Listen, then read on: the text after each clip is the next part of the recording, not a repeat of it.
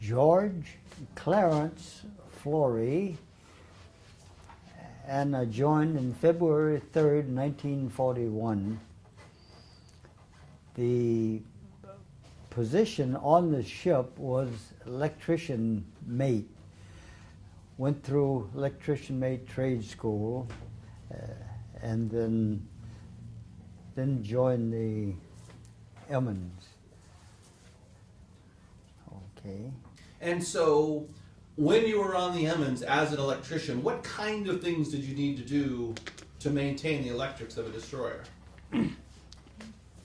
Well, whatever didn't function, you could replace motors. Was no construction, but it was just strictly maintenance. Most of the problem came with grounds on the system caused by salt water, basically, and that would keep the equipment from operating properly. So much of the time was spent running down grounds and drying them out. The biggest problem there was taking the screws out of panel boxes so we could get into the box, and then putting the screws back in because we did not have electric drills at that time or screwdrivers. We had to do it all by hand. It took a long time. So your wrists hurt a lot.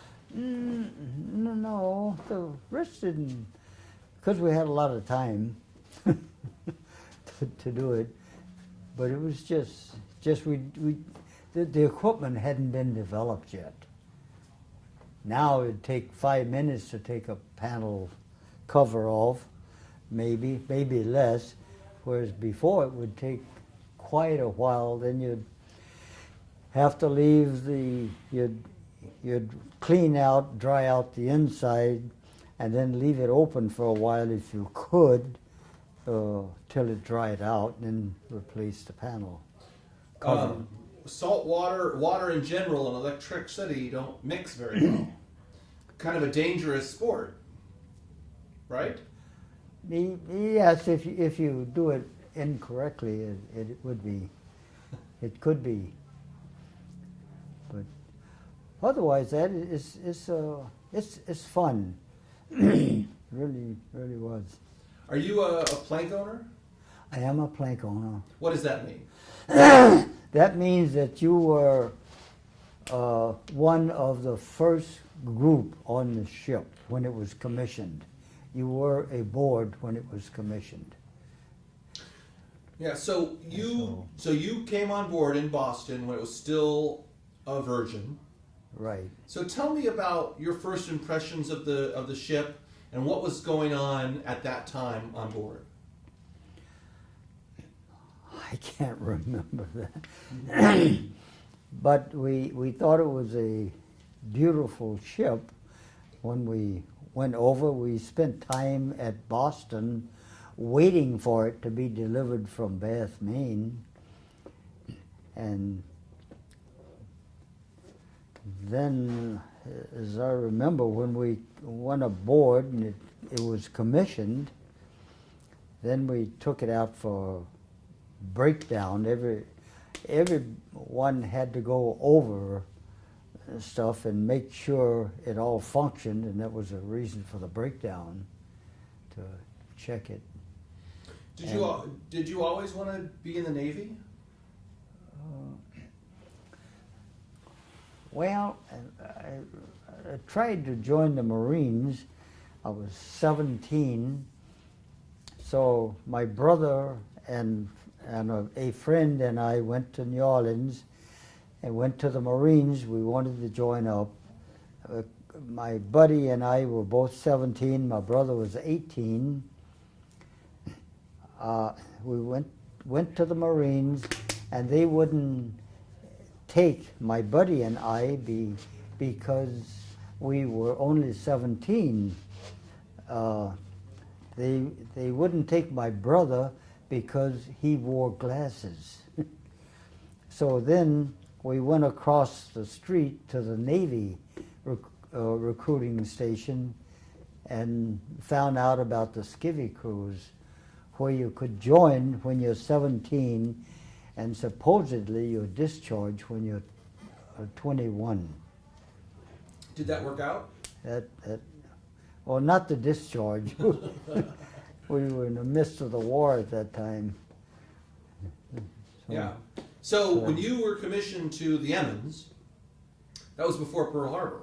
That was before Pearl Harbor. That was, well, it was a day before. Really? It was that close? Yeah, it was very. So you get commissioned on the Emmons, and the next day the Japanese attack Pearl Harbor? Well, I get confused about the dates now. I can't remember, but it was, I think, a day apart. I think it was either the day before or the day after. So what was the mood for this new U.S. Emmons crew that had never been out at sea yet on the day that the Japanese attacked America? I don't know. There was no television. We got that from the skipper. We didn't have a radio, so you could read it in the newspaper. And the mood was we were ready. We were glad we were there. It's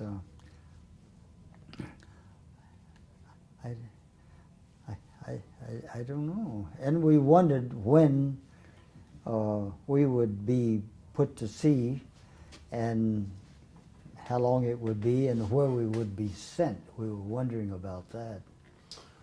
So where did you go? Well, on the breakdown cruise, we just went out to sea for a day, and then the people that knew, by the way, there were, I don't know how many, but many of them were seasoned sailors, and weren't too many new recruits. I don't know how many. But after a ship is commissioned, you have to see that everything is functioning, so you go out to sea and put it through its paces, and then take care of stuff. Because in shipyards, like some things are forgotten, like tighten up screws and panels and putting stuff away. We have to check the spare parts to make sure we have the required or specified amount of parts for things. I don't know. Where did you go when the ship finally left and went to sea? What parts of the world did you visit? Oh, What were your missions? now you're talking. I was below deck, so I didn't know about any missions. We were just at sea. At first, of course, we went down through the Panama Canal and then down the Pacific in South America, then returned, and then we were put out on submarine patrol in the Atlantic and North Atlantic. I remember sometimes it was so much, weather was so cold that everything froze. The spray on the ship would freeze, and we had a lot of ice that we had to chip. And I can't get it chronologically straight, but we did spend a lot of time chasing subs. Then we made, with our sister ships, we made a run to North Africa, convoying an aircraft carrier that delivered airplanes to Africa. And then we we convoyed some supply ships to England, and then from that point we loaded up and acted as freighters. There were so many ships getting sunk on the road to Murmansk that it appears the Navy decided to load up some Navy ships and let them deliver the goods. So we were loaded with foodstuffs, ammunition, guns, 50 caliber machine guns, and so forth. There were 2 British destroyers, 2 U.S. destroyers, and 1 cruiser, the Tuscaloosa. And we all made a run for Murmansk. And it was damn cold. No, this was in July, but it was still cold. But it was, a lot of us had never been this far north before, of course. And we amused ourselves by reading a newspaper at midnight outside. We in Kola Bay, I think it was, Murmansk, Kola, they were pretty close together. We brought some people back who had been rescued from the sunken freighters before this. It was, and then returned to New York, and that was about it. And then another team shipmate and I were transferred from the ship. That was the end of your Emmons. That was the end of the Emmons. So you were saying that in the Atlantic Ocean, it got pretty rough. It got very rough. How bad was it? How hard was it to stay on that deck with the ice and the rough water and the waves? Tell me about just crossing the deck. Well, that was okay because the ship had strung a line fore and aft that you could hold on to, so it was not difficult staying on the deck because you had a line you could hold on and support.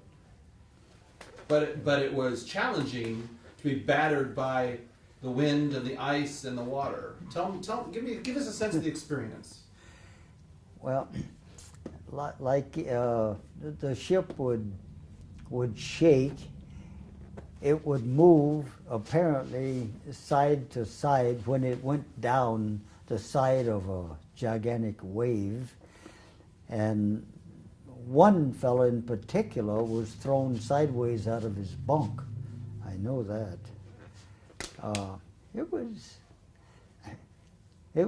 was okay. Seasickness was rough if you were seasick and the sea was rough, but the rough sea necessarily did not make you seasick. Sometimes I was, sometimes I wasn't. You couldn't predict it. I couldn't predict it. It's pretty awful, though. Well, I found out that if we put out to sea and the water was fairly calm for several hours, then I could go, no matter what came, you wouldn't get sick. But if you put out to sea and it's rough right away, then you'd get sick and stay sick until you got to land. Give us a sense of just the mundane, day-to-day, how it was to live on a destroyer. Like, just living in a little tin can on the sea was an odd existence. So give us a sense for people who had not experienced that, of what it was like and what kind of things that you did, from bathing and to eating to washing your clothes. How did you get by? Well, they supplied saltwater soap, and we washed our clothes in salt water, which isn't the best, but it's what you've got. And you have a lot of salt water, and you'd hang them and dry them, and it was okay. We didn't have much time. You were standing watch much of the time. Other time you were doing your regular maintenance, and it was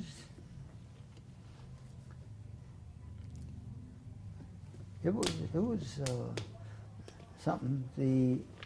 The food was pretty good. We drank a lot of coffee, made a lot, but the food was good if it was calm enough that the cook could cook it. But it was, and we ate it. Everyone couldn't eat at the same time. Haven't thought about that in years. I just. How about sleeping? I mean, sleeping in rough waters with a bunk an inch above your nose, that must have been an experience. Yes, it was.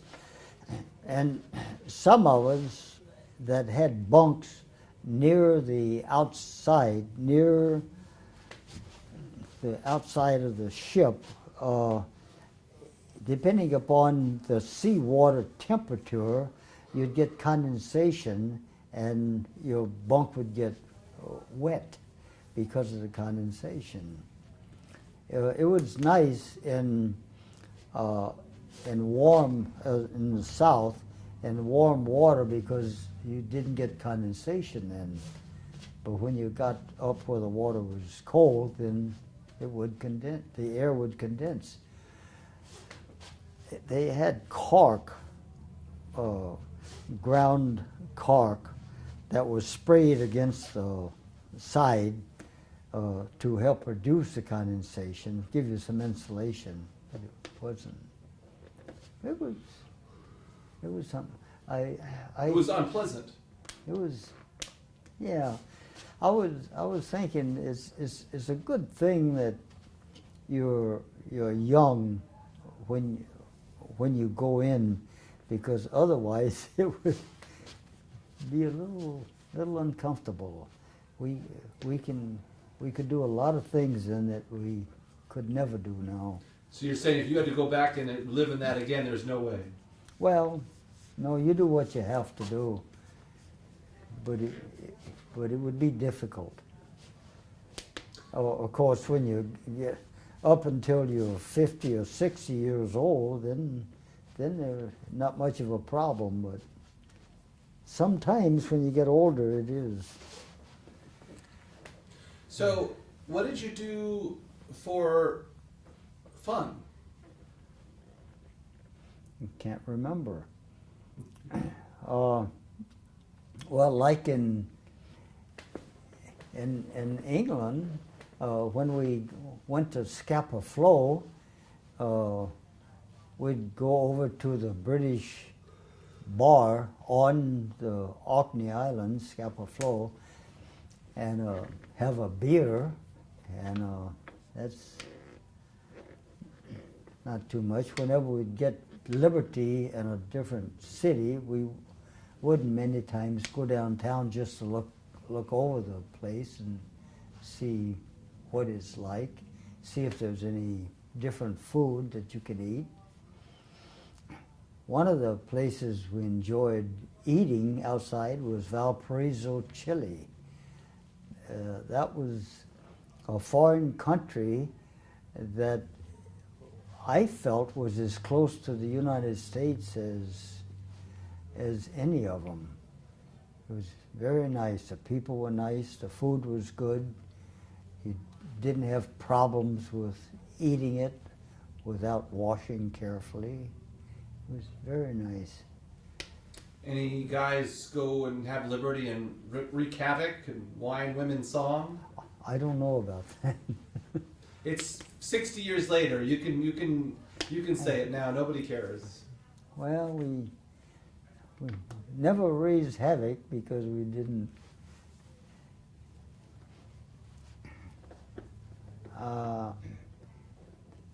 Boston was nice when we got there because there was the USO with dances and things. And that was very nice.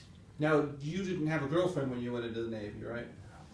Well, I was from high school. I knew a couple of gals.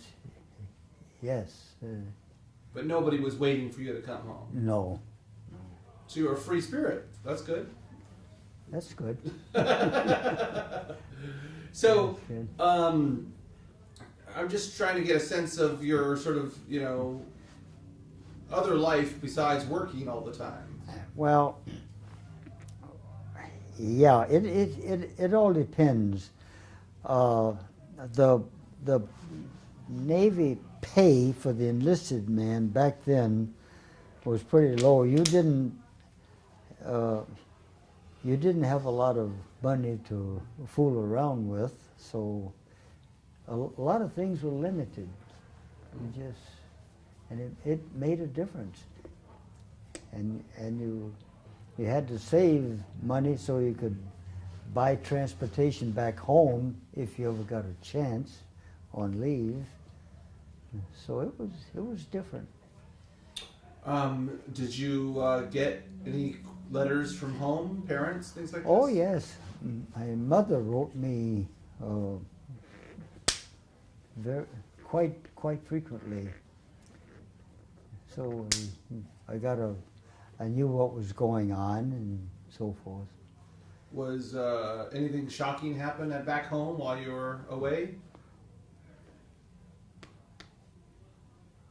Well, I know we sometimes felt we had it better than they because they had once in a while had trouble obtaining good coffee and the sugar and some of the restrictions that they had, and but nothing really bad. It was, yeah, you know, as you get older from something like this, and you look back on something which at the time you might think is not good, it kind of moderates things. It's something. Yeah, that was very nice. We had it was some fun in times. You get aboard ship. It's beautiful, and smooth seas. In the evening, you look at the moon, and while you're speeding along, it's pretty nice. You say, though, that at the time you thought it was not good. What do you mean? I don't know what I said.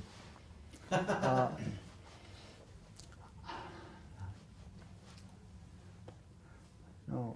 Well,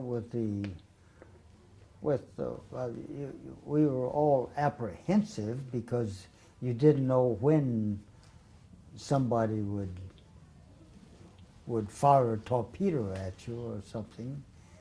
So there was always that possibility, or airplane. It was interesting. Like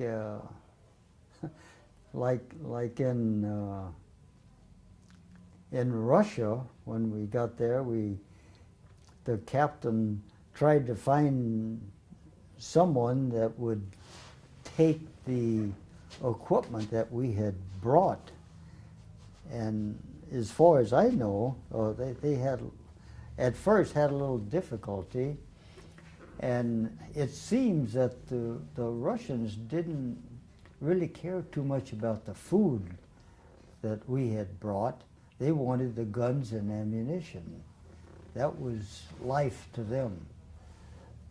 So that was interesting, and it was strange because we didn't see any. I did not see any Russian men taking this stuff. They were all females. The men were probably at the front. And so how did you know they didn't care for the food you delivered? I think she said so. And I don't remember if I heard it or I was told, but there was a language barrier. So there's some kind of motion about the food. But I know they didn't have food too much. Were there troublemakers aboard that just always were trying to skirt the system? Oh, of course. But yeah. What kind of things would they do? Who were these troublemakers? What kind of things would they do? Well, I don't really know of any. I didn't chum around with troublemakers. I remember, and it's in the book, the Emmons saga, about when we went up the river to Guayaquil, Ecuador. One of them jumped off the ship, and we were on a swiftly moving river, and we could see banana trees going down once in a while, and we had to take a gig to go and retrieve the fella. I guess he was, you could call him a troublemaker, but not really. That's more suicidal.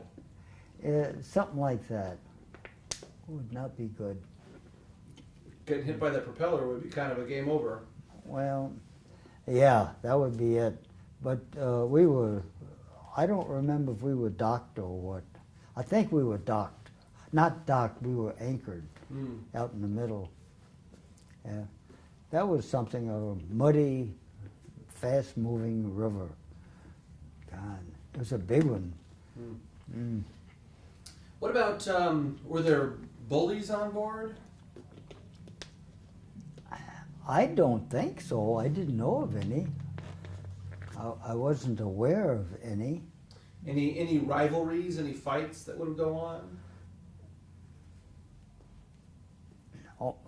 Only if they got drunk. No, we didn't. I don't know of any problems like that because we were probably concentrating on the war. But I don't remember. Now, if they went ashore and got into fights, I don't know. What's your favorite memories of your time on the Emmons?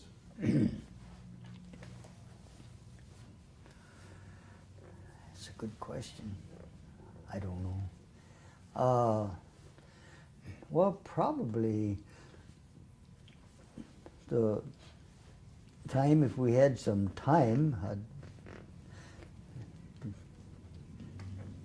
we'd talk to one of the crew members standing on watching the water go by, watching the moon come up, and that was kind of pretty.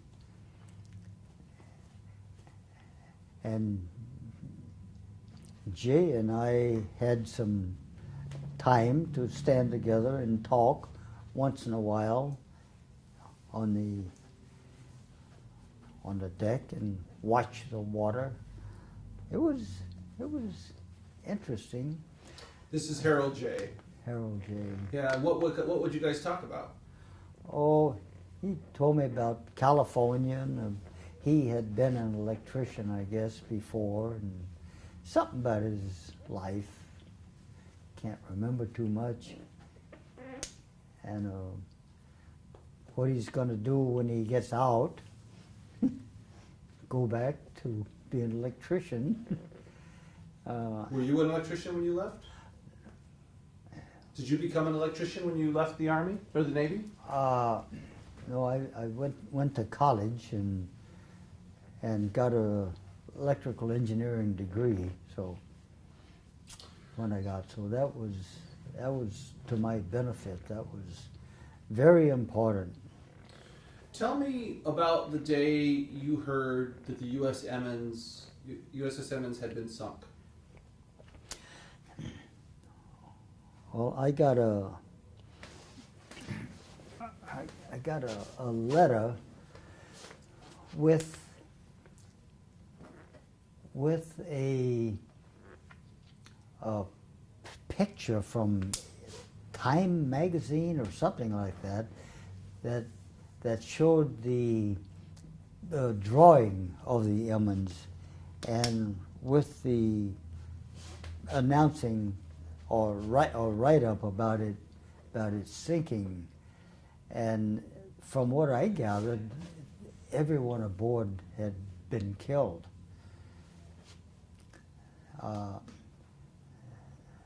So we couldn't do much. I was in Wisconsin at the time. So we thought, and so we didn't try to contact anyone else because we thought they were all dead and had been for some time. So we felt thankful that that we had survived. We were very appreciative. But we don't know. It wasn't. How long did you think that everybody had died, and when did you find out that wasn't the case? Well, I was wondering about that, but I had joined the American Legion, and we were getting the magazine, and then one day I started looking over the reunions of the Army and Navy and so forth that were listed in a magazine, and one day I saw that the USS Emmons reunion was being held, and there was a phone number given, so I called the phone number and found out that that it was a reunion. Everyone had not died. So then how'd you feel about that? Felt very, very elated, very good that there were still many survivors. When did you find this out? You know, What decade? I can't remember. It's probably something in the 60s or 70s. Either 60s or 70s that I found out. But then I got a phone call from one of my shipmates that lived in Colorado at the time, and he had been looking for me, and he couldn't find what happened to me.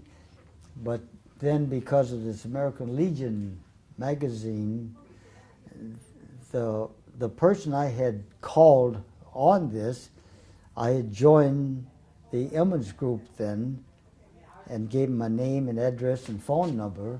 That was put in the magazine, and then my friend in Colorado had caught it and then called me. And then from there, and he had gone to a couple of meetings. He subsequently died. So that's how I got involved, and I got a hold of from a phone number, and then arranged to attend one of the meetings. So what would you like people to remember the Emmons with? What do you think is the important thing to remember the Emmons story? Well, for one thing, we think it's a very well-built ship, well-balanced. The equipment operated very, very well. It had been, and we liked the people aboard. Had many friends, and it was,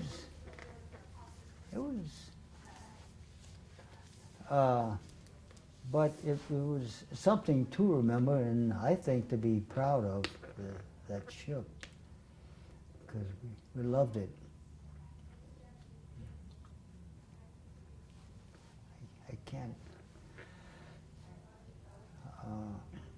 And it shows me, because so many people get along, and they're very nice people that have survived it.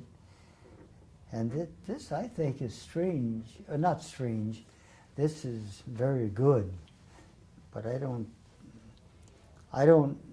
know if it happens for other ships. I don't know. But I think this is a very unique outfit. Everyone is so cooperative, and they were. I didn't have any problems. You know, I thought it was very nice.